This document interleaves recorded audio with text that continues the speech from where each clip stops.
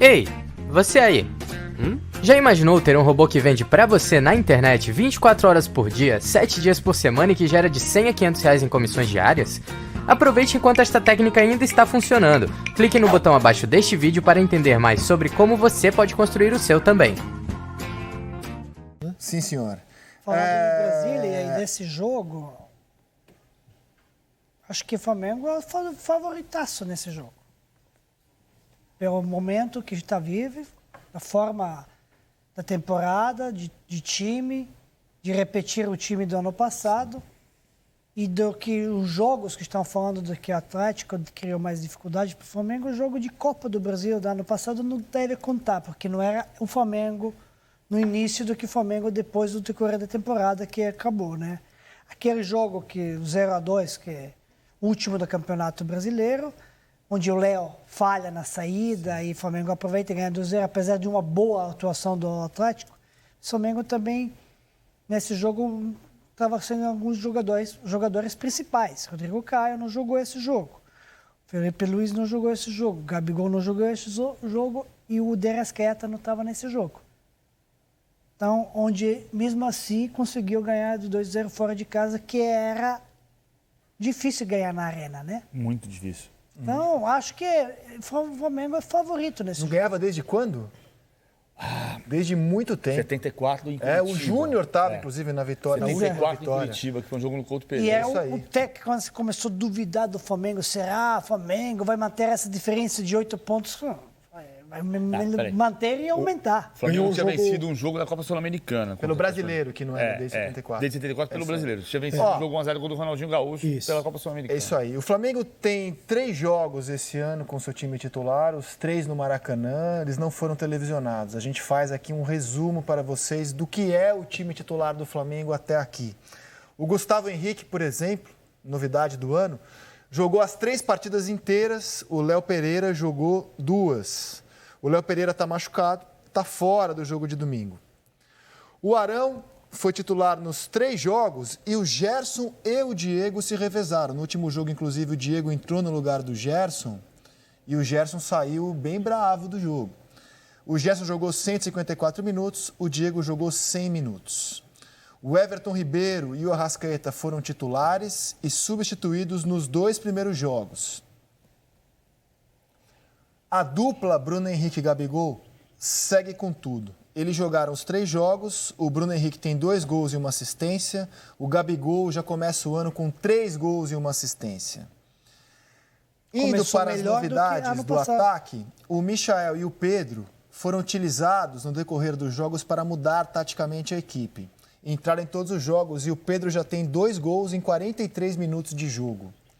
O Thiago Maia e o Pedro Rocha são os reforços que ainda não jogaram. E claramente o Vitinho perdeu espaço. Isso já está muito claro nos 3 jogos até aqui. Michael entrou pelo lado direito e pelo lado esquerdo. Né? Ele deu passe para gol do Pedro pelo lado direito, mas entrou no lugar do Arrascaeta no jogo no Fla-Flu. Eu vou abordar um assunto aqui que a gente não tocou nele ontem, porque a gente informou que o Fluminense entrou em campo com uma advertência dada à sua torcida. Pelo canto de grito de assassino, aliás, um canto lamentável que foi entoado na vitória contra o Flamengo na Taça Guanabara, o time foi denunciado por um procurador, julgado, foi feita uma advertência ao Fluminense, e aí, nessa advertência era o seguinte: se o Fluminense repetir o grito, ele pode ser multado ou até perder pontos.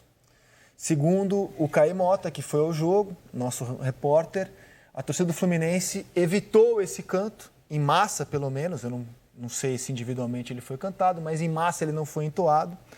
Até porque o clube, além de lamentar o canto, pediu para que a torcida não o fizesse. No entanto, teve, de parte da torcida do Flamengo, o seguinte canto no jogo do Maracanã, quarta-feira. Não precisava do pi, cara. Por que esses 3 pontinhos? Olha só, a gente colocou 3 pontinhos ali, mas o que se cantou foi time de viado. A gente não precisava ter colocado os 3 pontinhos ali. Então, para ser bem claro, foi um canto homofóbico, time de viado. Muitos torcedores do Fluminense cobraram peraí, o tribunal que foi lá e denunciou o Flamengo vai fazer alguma coisa? 2 pesos e 2 medidas? Porque o artigo 243 do Código Brasileiro de Justiça Desportiva, ele fala praticar ato discriminatório, desdenhoso ou ultrajante, relacionado a preconceito em razão de origem étnica, raça, cor, idade, condição de pessoa idosa ou portadora de deficiência. Diante desse artigo, o presidente do Fluminense foi às redes sociais, o Mário Bittencourt, que é um advogado com atuação, inclusive, na Justiça Desportiva, e cobrou o mesmo procurador que denunciou o Flamengo, perguntando a ele se o procurador vai também denunciar o Flamengo. Eu acho que a pergunta é válida, já que essa porta foi aberta. O mesmo que denunciou o Fluminense, se vai denunciar o Flamengo. Denunciou o Fluminense, verdade. É isso. Como essa porta foi aberta, o presidente do Fluminense cobrou. Acho que é uma postura interessante a do Fluminense. Claro.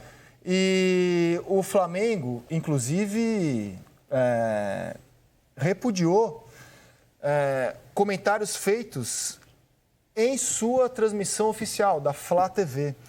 Os narradores, na ânsia de ser engraçadinhos, eles usaram termos homofóbicos para se referir ao Fluminense, chegaram a falar em show das poderosas, e a diretoria do Flamengo, de forma exemplar, repudiou veementemente os comentários feitos em sua própria TV. Então a pergunta do presidente do Fluminense é válida. O mesmo procurador que denunciou a torcida tricolor terá agora a mesma régua, terá o mesmo comportamento para um canto em massa, já que essa porta foi aberta? Claro. Eu acho que a pergunta é válida. Absolutamente lamentável a manifestação das duas torcidas nos 2 episódios, nos 2 casos, e tem que haver, sem dúvida alguma, uma atitude por parte do tribunal. Não dá mais para a gente achar que o estádio de futebol é uma bolha em relação à sociedade. Se a sociedade está mudando para melhor, né, graças a Deus, em muitos aspectos, em outros parece que a sociedade ela continua regredindo, por exemplo, nesse tipo de manifestação dentro do estádio. Então a gente não pode mais admitir que haja no futebol demonstração de homofobia. Pelo amor de Deus, gente. E o artigo do CBJD é muito claro, né, sobre atos discriminatórios. Como a porteira foi aberta nesse mesmo campeonato e a torcida do Fluminense foi para o jogo advertida, a pergunta que faz o Mário Bittencourt, para mim, é extremamente válida. E eu deixo isso muito bem claro. O Mário Bittencourt, no seu elegante post nas redes sociais, ele não está atacando o Flamengo. Ele está apenas cobrando uma postura do tribunal, certo? Claro. E o Flamengo foi exemplar ao repudiar a sua TV oficial. Mas acho que tem 2 coisas distintas aqui. É claro que tem que acabar com qualquer tipo de ato de homofobia, de grito homofóbico, racista também, evidentemente. Já foi um caso extremo, foi o caso do Aranha na Arena do Grêmio em 2013. Uhum. Agora, eu acho que tem uma distinção aí. Os profissionais da Flá TV, o Flamengo tem que repudiar, eventualmente demitir, não estou dizendo que tem que demitir, o Flamengo tem que repudiar porque é a instituição. Tem uma coisa que é educacional na torcida. Uhum. Né? A gente cresceu, eu tenho um amigo meu que desde sempre diz para o filho dele, você não pode falar palavrão, mas no estádio pode. Então, a gente cresceu de uma maneira diferente, que tem que se transformar, evidente que tem. Eu acho que esses 2 episódios, eu não sou a favor da punição. A advertência pode não levar a lugar nenhum, mas o que está sendo muito válido é o debate. Porque o debate faz você levar para dentro do estádio a percepção de que isso aqui valia, mas não vale mais. Porque na arquibancada tem que ser educação. Uhum. E você não acha que se a porteira foi aberta, claro, a cobrança do Fluminense Aí nós vamos entrar em tudo que os tribunais esportivos do Brasil sempre fizeram. Então, né? Exato. A porteira foi aberta, certo? Pessoal, 2019 foi o meu ano. Como você pode ver aí, eu faturei mais de R$1 milhão só com vendas online nesse ano. E tem alunos meus que ainda faturaram mais do que isso. Quer aprender comigo e mudar sua vida em 2020? Então clica no link na descrição desse vídeo que eu vou te ensinar.